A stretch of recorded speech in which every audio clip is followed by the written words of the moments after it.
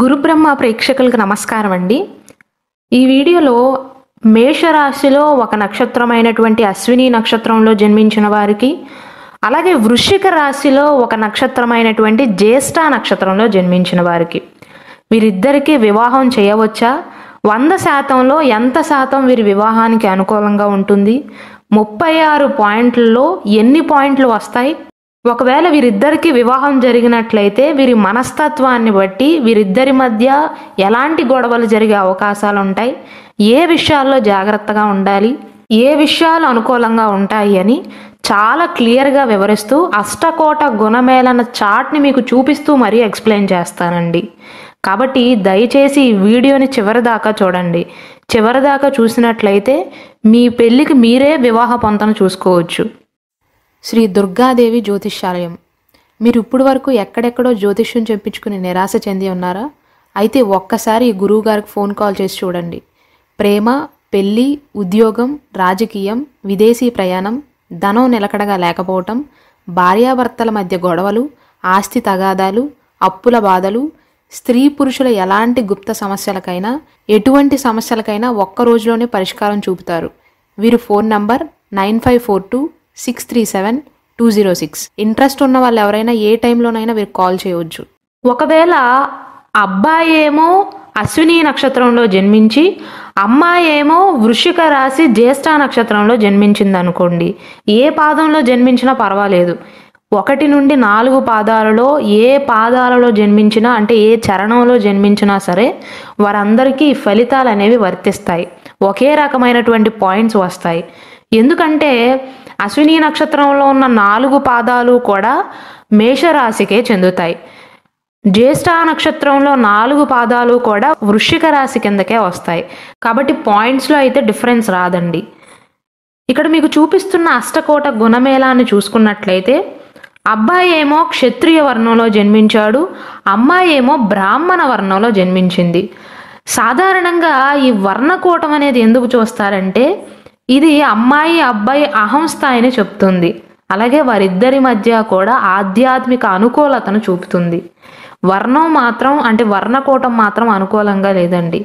కాబట్టి ఇద్దరి మనస్తత్వాలు ఎలా ఉంటాయంటే జ్యేష్ఠ నక్షత్రంలో జన్మించిన అమ్మాయి ఏమో నా మాటే నెగ్గాలి అనుకుంటుంది, ఇటు అశ్విని నక్షత్రంలో జన్మించిన అబ్బాయి కూడా నా మాటే నెగ్గాలి అనుకుంటాడు. ఇద్దరికీ కూడా ఒకే రకమైనటువంటి పంతం ఉంటుంది, ఒకే రకమైనటువంటి పట్టుదల ఉంటుంది. కాబట్టి ఆ విషయంలో జాగ్రత్తలు మాత్రం అవసరం అండి. వీరికి కనుక ఒకవేళ వివాహం జరిగినట్లయితే ఈ రకమైనటువంటి గొడవలు వచ్చే అవకాశాలు ఉంటాయని చెప్తున్నాను. వశ్యకోటాన్ని చూసుకున్నట్లయితే అబ్బాయిదేమో చతుష్పద, అమ్మాయిదేమో కీటక. వశ్యకోటం సాధారణంగా ఉందండి, యావరేజ్గా ఉంది. దానివల్ల వీరిద్దరి మధ్య ఎటువంటి సమస్యలు వచ్చినప్పటికీ, ఈగో సమస్యలు వచ్చినప్పటికీ, ఎటువంటి సమస్యలైనా రాని ఒకరినొకరు బాగా అర్థం చేసుకుంటారండి.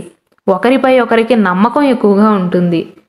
తారాకోటాన్ని చూసుకున్నట్లయితే ఈ అబ్బాయి ఏమో అశ్విని నక్షత్రం, అమ్మాయి ఏమో జ్యేష్ఠ నక్షత్రం. కాబట్టి తారాకోటం అనేది అనుకూలంగా ఉందండి. కాబట్టి అశ్విని నక్షత్రంలో జన్మించిన అబ్బాయి, ఈ జ్యేష్ఠ నక్షత్రంలో జన్మించిన అమ్మాయి ఇద్దరి మధ్య కూడా స్నేహపూర్వకమైన వాతావరణం ఉంటుంది. ఒకవేళ అబ్బాయికి ఏమైనా కష్టం వచ్చిందనుకోండి, అమ్మాయితో చక్కగా పంచుకుంటాడు. అమ్మాయికి కష్టం వచ్చినా అబ్బాయితో చక్కగా పంచుకుంటుంది. ఆ విషయంలో ఎటువంటి ఇష్యూస్ ఉండవండి. యోని కోటాన్ని కనుక చూసుకున్నట్లయితే అబ్బాయిదేమో గుర్రం, అమ్మాయిదేమో జింక. ఈ యోని కోటం అనేది సగటు కంటే కాస్త ఎక్కువగానే ఉంది, అంటే అబోవ్ యావరేజ్గా ఉంది. కానీ అమ్మాయిని చూసి అబ్బాయి బాగా ఆకర్షితుడవుతాడు. ఇక్కడ అమ్మాయిని ఇండికేట్ చేసే యానిమల్ ఏంటి? జింక. జింకని చూసి ఎవరైనా సరే ఆకర్షితులు అవ్వాల్సిందే. అబ్బా ఎంత అందంగా ఉంది అనుకుంటాడు. వీరిద్దరికీ కనుక వివాహం జరిగినట్లయితే అబ్బాయిదే కాస్త డామినేషన్ ఉంటుందండి. అలాగే అమ్మాయి ఏమో చాలా నిదానంగా ఆలోచించి మరీ నిర్ణయాలను తీసుకుంటుంది. అబ్బాయి ఏమో కాస్త దూకుడుగా తక్కువ సమయం ఆలోచించి వెంటనే నిర్ణయాలను తీసుకునే స్వభావం ఉంటుంది అబ్బాయికేమో. మైత్రి కోటం చూసుకున్నట్లయితే అబ్బాయి అశ్విని నక్షత్రంలో జన్మించాడు కాబట్టి అశ్విని నక్షత్రం అనేది మేషరాశికి చెందినది. మేషరాశికి అధిపతి కుజుడే, అమ్మాయి ఏమో వృశ్చిక రాశికి చెందినది కాబట్టి వృశ్చిక రాశికి కూడా అధిపతి కుజుడే. వీరిద్దరూ కూడా కుజుడు రాశులకే చెందినవారు కాబట్టి గ్రహ మైత్రి అనుకూలంగా ఉంది. ఇంతకుముందు చెప్పినట్లుగా ఈ అమ్మాయి అబ్బాయి ఇద్దరి మధ్య కూడా స్నేహపూర్వకమైన వాతావరణం ఉంటుంది, మైత్రి ఉంటుంది.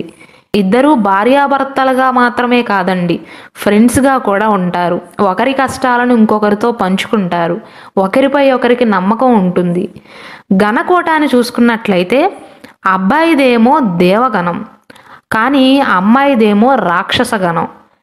అంటే ఈ గణకోటాన్ని ఎందుకు చూస్తారంటే జ్యోతిష శాస్త్రం ప్రకారం ఈ గణకోటం అనేది వారి ప్రవర్తన మీద, వారి స్వభావం మీద ఆధారపడి ఉంటుంది.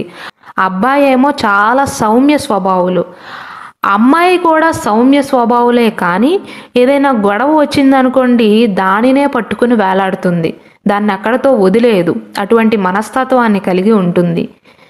రాశికోటాన్ని కనుక చూసుకున్నట్లయితే అద్భుతంగా ఉందండి. కానీ నాడీ కోటాన్ని కనుక చూసుకున్నట్లయితే అబ్బాయి అమ్మాయి ఇద్దరూ కూడా ఒకే నాడిలో జన్మించారు, ఆది నాడిలోనే జన్మించారు. కాబట్టి వీరిద్దరికీ నాడీకోట దోషం ఉంటుంది. సాధారణంగా జ్యోతిష శాస్త్రం ప్రకారం 36 పాయింట్లకు గాను 17 కంటే ఎక్కువ పాయింట్లు వస్తే వారి వివాహానికి అనుకూలమే. కానీ ఇక్కడ ఏమైందంటే నాడీకోటం వీరిద్దరికీ అనుకూలంగా లేదండి. అన్నిటికంటే కూడా నాడీకోటం చాలా ఇంపార్టెంట్. భార్యాభర్తలు ఇద్దరూ కూడా ఒకే నాడిలో జన్మించకూడదు. కాబట్టి అశ్విని నక్షత్రంలో జన్మించిన అబ్బాయికి, వృశ్చిక రాశి జ్యేష్ఠ నక్షత్రంలో జన్మించిన అమ్మాయికి వివాహం అనుకూలం కాదండి. ఎందుకంటే ఏకనాడి దోషం వర్తిస్తుంది, వీరిద్దరికీ వివాహం చేయకూడదండి. ఎందుకు అంటే రీజన్ కూడా చెప్తాను. వీరిద్దరికీ కనుక వివాహం జరిగినట్లయితే సంతాన సంబంధిత సమస్యలు రావటం కానీ, ఆరోగ్య సమస్యలు రావటం కానీ జరుగుతుంది. కాబట్టి వీరిద్దరి వివాహం అనుకూలం కాదండి. ఎక్కువ గుణములు వచ్చినా, అంటే ఎక్కువ పాయింట్లు వచ్చినప్పటికీ కూడా నాడీ దోషం ఉంది కాబట్టి అవాయిడ్ చేయటమే మంచిది.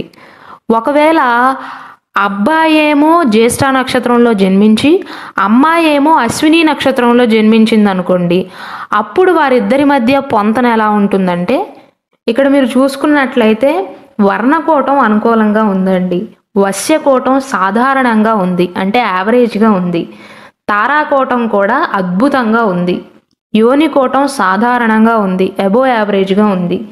మైత్రికోటం చూసుకున్నట్లయితే మైత్రికోటం కూడా అద్భుతంగా ఉంది, వీరిద్దరికీ కలుస్తుంది. గణకోటం చూసుకున్నట్లయితే అబ్బాయి ఏమో రాక్షస గణంలో జన్మించాడు, అమ్మాయి ఏమో దేవగణంలో జన్మించింది. అమ్మాయి మాత్రం చాలా సౌమ్యంగా ఉంటుందండి. రాశికోటం కూడా అద్భుతంగా ఉంది. 36 పాయింట్లకు గాను 21 పాయింట్లు వచ్చాయి. సాధారణంగా జ్యోతిష శాస్త్రం ప్రకారం అష్టకోట గుణమేళంలో 17 పాయింట్ల కంటే ఎక్కువ వస్తే ఆ అమ్మాయికి అబ్బాయికి వివాహం అనుకూలమే అని చెప్తాము. కానీ వీటన్నిటికంటే నాడీకోటం చాలా ఇంపార్టెంట్ అండి. ఎందుకంటే నాడీకోటం అనేది సంతానానికి, ఆరోగ్యానికి సంబంధించినది. అమ్మాయిది అబ్బాయిది ఇద్దరిది ఒకే నాడి ఉండకూడదు, ఒకే నాడిలో జన్మించకూడదు. కానీ ఇక్కడ మీరు చూసుకున్నట్లయితే అబ్బాయి అమ్మాయి ఇద్దరూ కూడా ఆది నాడిలోనే జన్మించారు, ఇద్దరిది కూడా ఆది నాడే. పాయింట్లు ఎక్కువగా వచ్చినప్పటికీ కూడా ఏకనాడి దోషం వీరికి వర్తిస్తుంది. కాబట్టి అశ్విని నక్షత్రంలో జన్మించిన అమ్మాయికి, జ్యేష్ఠ నక్షత్రంలో జన్మించిన అబ్బాయికి వివాహం అనుకూలం కాదండి. ఒకవేళ వీరిద్దరికీ వివాహం జరిగినట్లయితే సంతాన సంబంధిత సమస్యలు వచ్చే అవకాశాలు ఉంటాయి, లేదా ఆరోగ్య సమస్యలు వచ్చే అవకాశాలు ఉంటాయి. కాబట్టి వీరిద్దరికీ పాయింట్లు ఎక్కువగా వచ్చినప్పటికీ కూడా అబ్బాయి జన్మించిన జ్యేష్ఠ నక్షత్రం, అమ్మాయి జన్మించిన అశ్విని నక్షత్రం, ఈ రెండూ కూడా వేద నక్షత్రాల కిందకు వస్తాయి. కాబట్టి ఎక్కువ పాయింట్లు వచ్చినప్పటికీ కూడా వీరిద్దరి మధ్య వివాహం అనుకూలం కాదు, వీరిద్దరికీ వివాహం జరపకూడదు. ఏ పాదంలో జన్మించినా, అబ్బాయి జ్యేష్ఠ నక్షత్రంలో జన్మించినా, అశ్విని నక్షత్రంలో జన్మించినా, ఏ పాదంలో జన్మించినా, అమ్మాయి ఏమో జ్యేష్ఠ నక్షత్రంలో కానీ అశ్విని నక్షత్రంలో ఏ పాదంలో జన్మించినా వారిద్దరికీ వివాహం అనుకూలం కాదండి. సంతాన సంబంధిత సమస్యలు వస్తాయి.